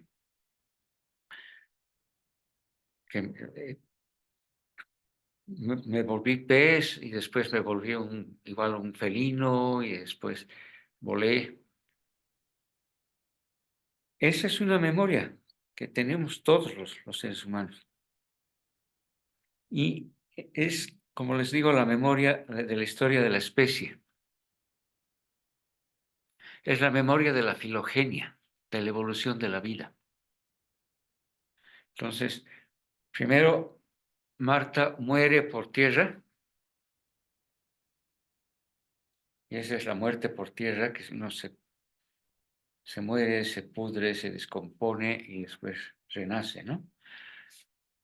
Y se convirtió en piedra, o sea, ha pasado de ser vivo, de ser materia animada a ser materia inanimada, ¿no?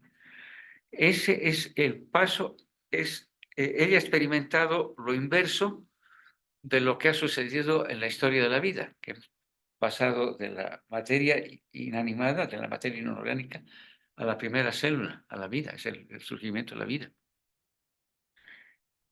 Y ha surgido, lo primero que ha surgido es una molécula de ARN,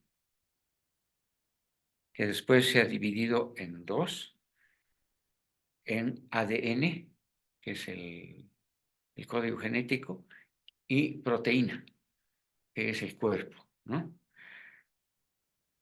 Y la primera célula que se ha formado se llama procariota. Son unas células así muy, muy primitivas, como las bacterias, que no tienen su material genético, pero no tienen núcleo, no está diferenciado del resto de las. Y esas células se clonan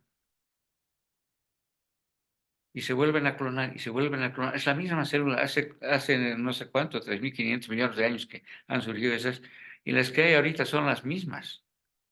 Simplemente no han muerto nunca, se han ido clonando, clonando, clonando, clonando. Y se clonan, comen, comen, comen, comen, y se vuelven a clonar y se vuelven a clonar. Entonces, ¿cuál es la experiencia el recuerdo que tenemos de esta experiencia, ¿no? Los condicionamientos que nos heredado de esta época, es el apego a la vida, no morir nunca, no querer morir. Y esa avidez de comer, comer, comer, comer, y toditas son igualitas, no soportar a los distintos, esa intolerancia a lo distinto. Entonces, la muerte por tierra es morirnos, descomponernos, volvernos materia inorgánica. En estos mitos, Tunupa sale después de estar ahí, de hacer ese camino por el subsuelo, y se convierte en tierra fértil. Entonces renace como dando vida a las plantas. Pero también hay la cosa de que han renacido cuando se han ido al mar, ¿no? Y se trata de descondicionarse de ese apego a la vida. No ser suicidas, pero no tenerle miedo a la muerte, ¿no? Hay la historia de un samurái que fue donde un monje budista y dice que me tiene que enseñar y tiene que hacer, quiero ser su discípulo, pero le quería imponer y el otro no le contestaba. Y al final se puso furioso el samurái, sacó su espada y le dice, usted sabe que yo soy capaz de atravesar a una persona con mi espada sin parpadear.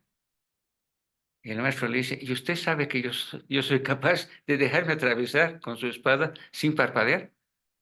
Es eso, es ese desapego a la vida que tienen las almas grandes.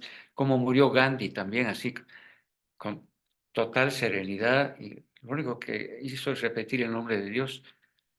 Entonces es desapegarse del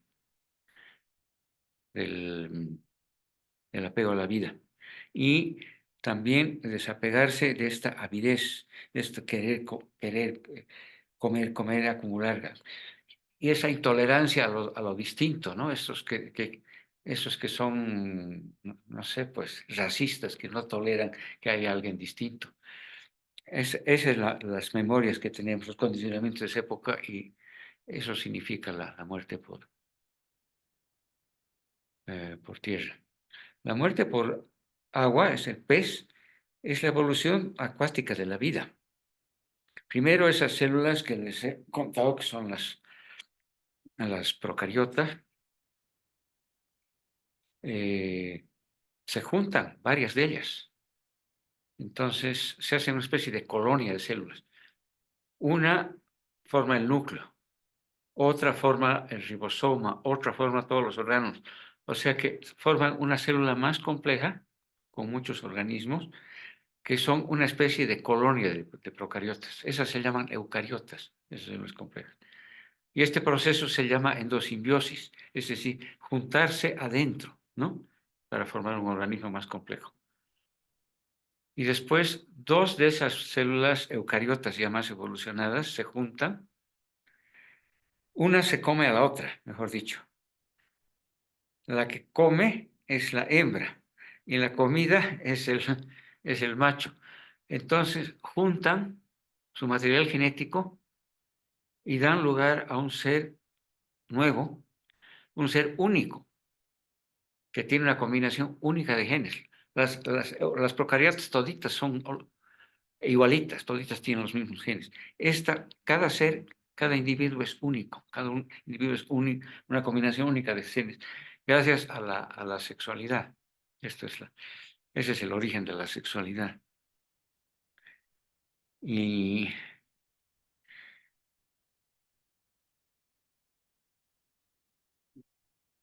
después, varias de estas células, la sexualidad da lugar a la muerte, porque ya cuando nace un ser de estos únicos, nace, crece, se reproduce y muere.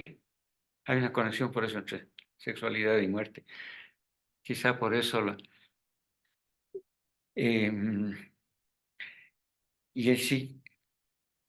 entonces ya hay el ciclo vital, somos únicos y varias de estas células ya más evolucionadas eucariotas se juntan y forman un organismo pluricelular y hay toda esa evolución en el agua hasta llegar al pez.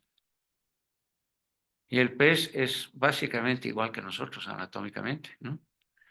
Tiene ojos, tiene hígado, tiene corazón, incluso tiene un cerebro rudimentario, es igual.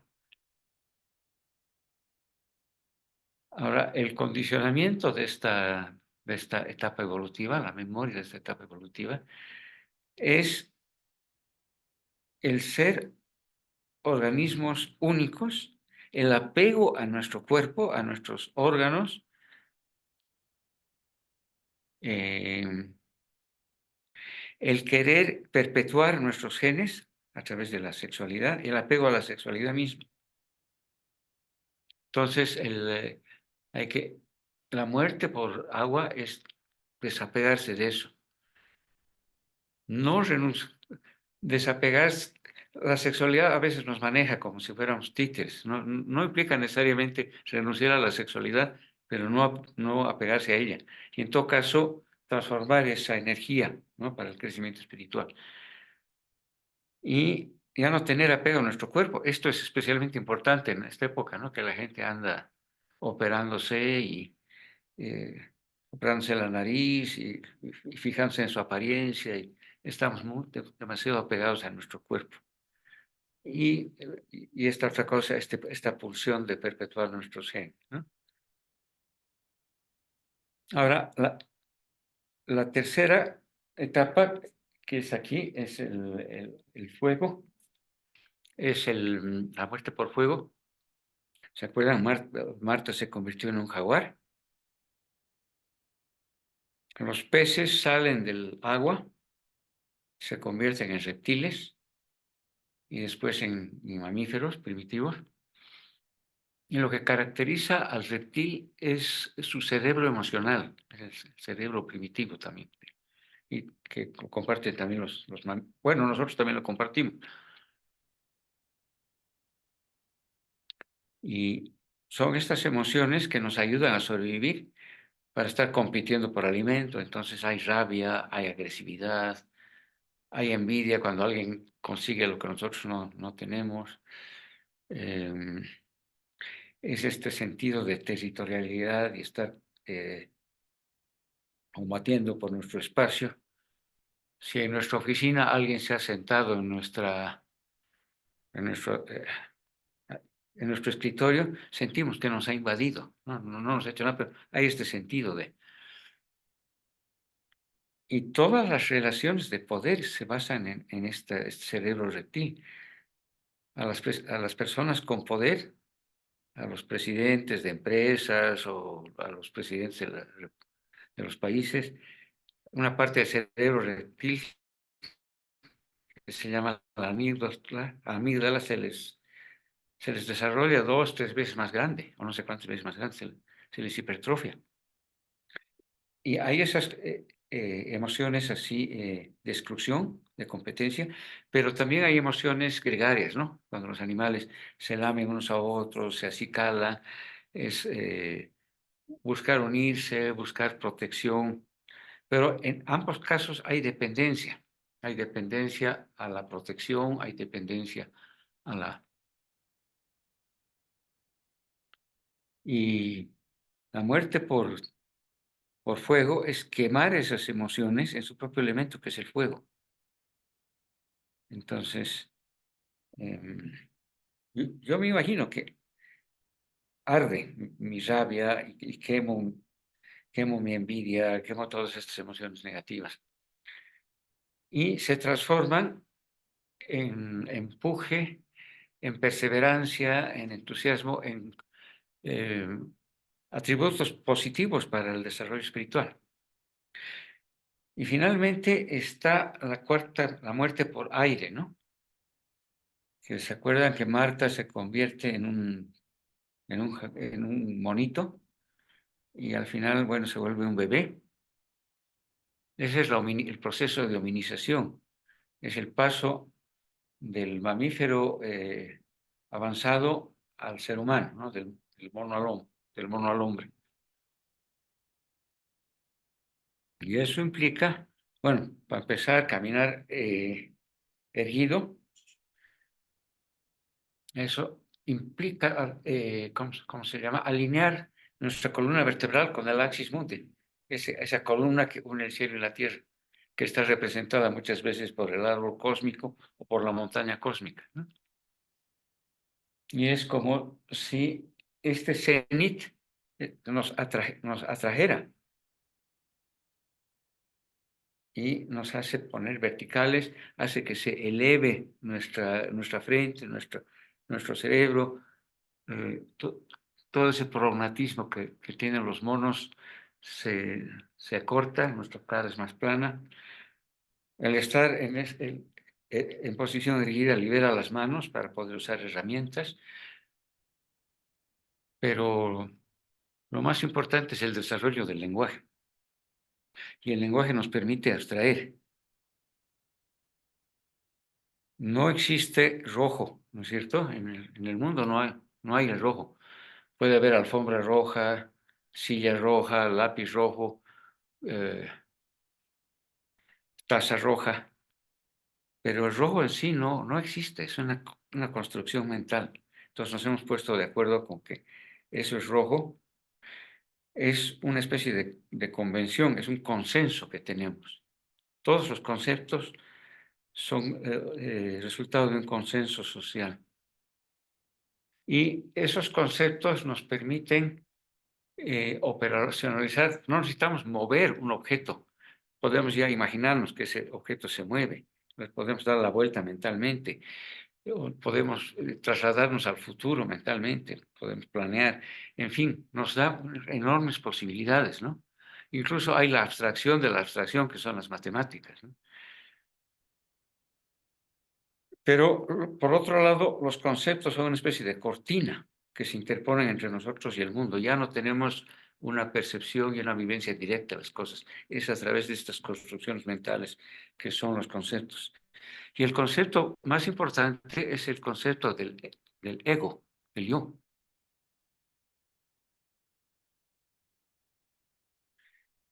Cuando uno es niño, dice, yo soy, yo decía, soy Fernandito, ¿no?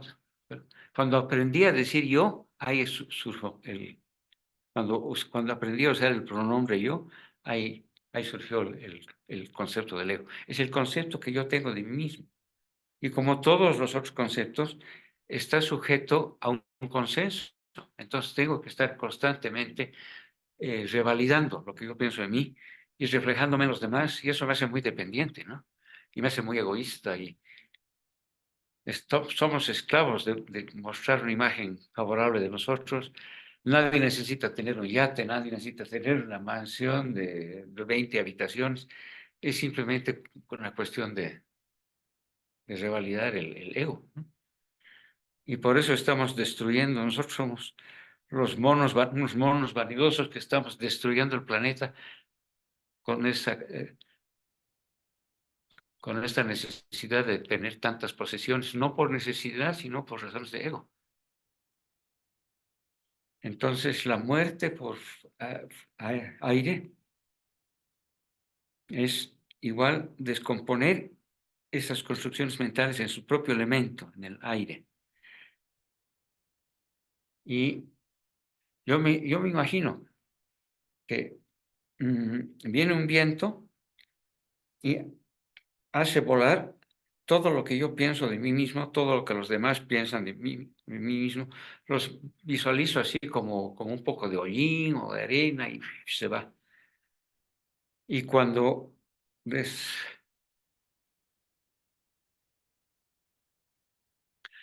logramos eso, podemos amar de verdad.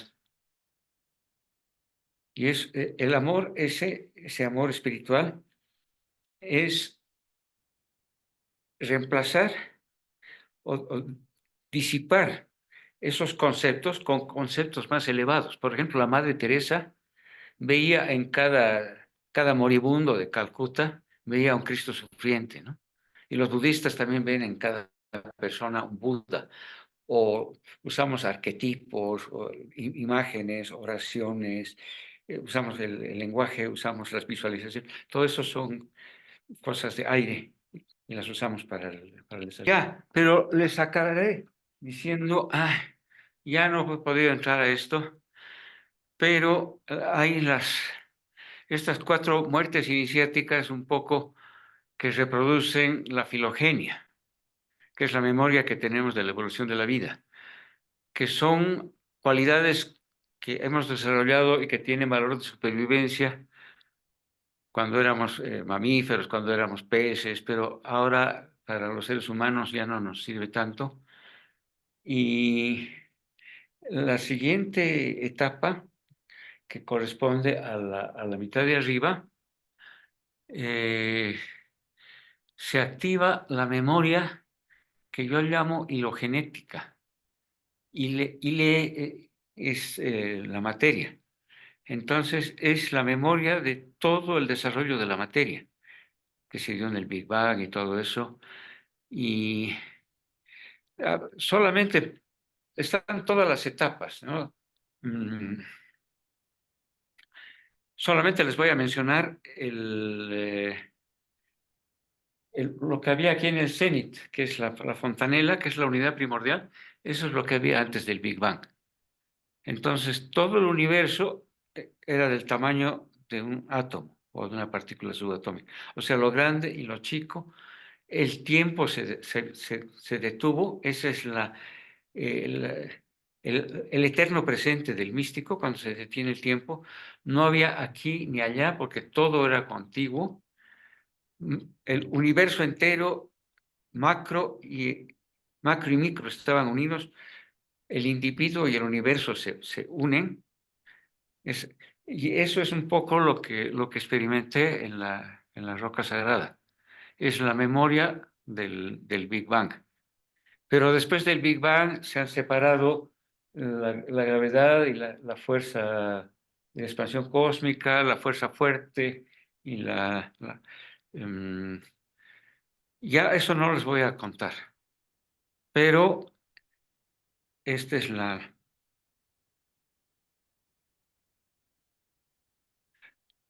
oh, si quieren, les cuento así rápidamente cómo, ¿no? Que están viendo, ¿no? Esto.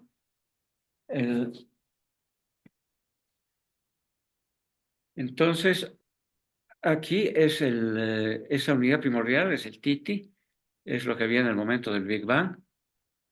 Una energía poderosísima, 10 a la 19 gigaelectronvoltios. Hay partículas que se expanden, que se separan entre sí, que entre comillas son masculinas, que son los fermiones, y hay partículas que se repelen, y hay partículas que se atraen, que son los bosones. Había una partícula primordial que era fermión y bosón al mismo tiempo, igual que el Titi es hermafrodita, pero esta partícula también era hermafrodita. Y como les digo, el tiempo se detuvo, el espacio era todo contiguo.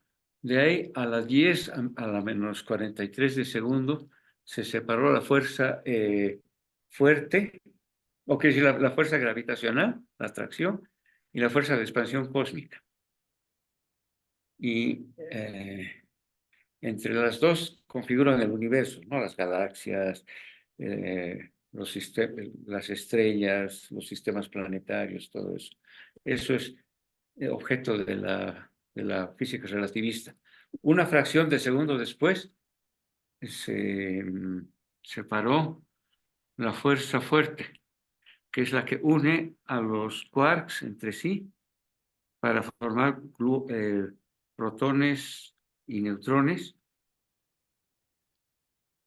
y la que une a los protones y neutrones entre sí para formar el núcleo atómico.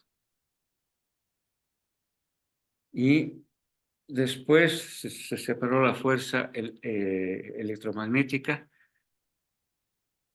que da origen a la química y a la electricidad, y ese es el origen de toda la diversidad que hay en el universo. Por eso les conté, se acuerdan que este es el prototipo de los prototipos. Eso. Y cada una de estas etapas corresponde a un estado mental. Por ejemplo, la fuerza gravitacional y de expansión cósmica, ya en el microcosmos, corresponde al ojo derecho y al ojo izquierdo, que son el hemisferio derecho y el hemisferio izquierdo. Y cuando unimos los dos hemisferios, hay un estado de conciencia superior. Después, esto que son Venus, correspondería más o menos a la fuerza fuerte, y son los quarks y gluones, y hay ¿cómo se llama? Una especie de plasma de quarks y gluones a este nivel de energía, que hay una especie de superconductividad. Todo está conectado con todo. Y yo tuve un sueño cuando estaba yendo a la Isla del Sol. Me soñé que había era el amanecer. Me metí al agua y hubo una fuerza poderosísima que me daba mucho miedo, que me llevaba hacia el centro. Yo no sé nadar muy bien, tenía miedo, pero al final me abandoné. Y lo interesante es que el lago era como un espejo, no había olas. Yo iba a toda velocidad y no dejaba estela. Esa es la imagen de esa... ese plasma de quarks y gluones. Es el líquido, ¿cómo se llama? La superfluidez total. Todo fluye, todo se conecta. Por eso cuando hice cuando empecé a trabajar para grabar a los viejitos, todo se concatenaba, todo se facilitaba. Entonces, bueno, eso. O sea, esta memoria de la evolución de la materia también corresponde a estados de conciencia superiores.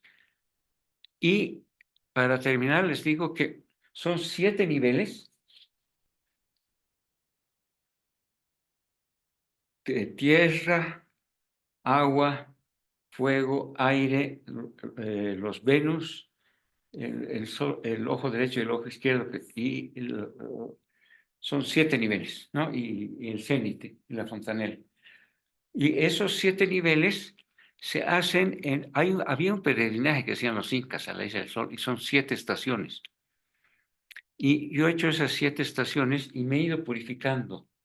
Hemos ido con don Policarpio y hemos ido haciendo las meditaciones y las prácticas de las ofrendas en cada nivel. Ya no les voy a explicar cómo funciona, pero les dije, cuando tuve esa experiencia espiritual, en realidad no estaba a la altura, porque tenía muchas cosas oscuras y muchas cosas de las que tenía que depurar. Y me he depurado con estas prácticas. Y ahora sí pasamos a las preguntas.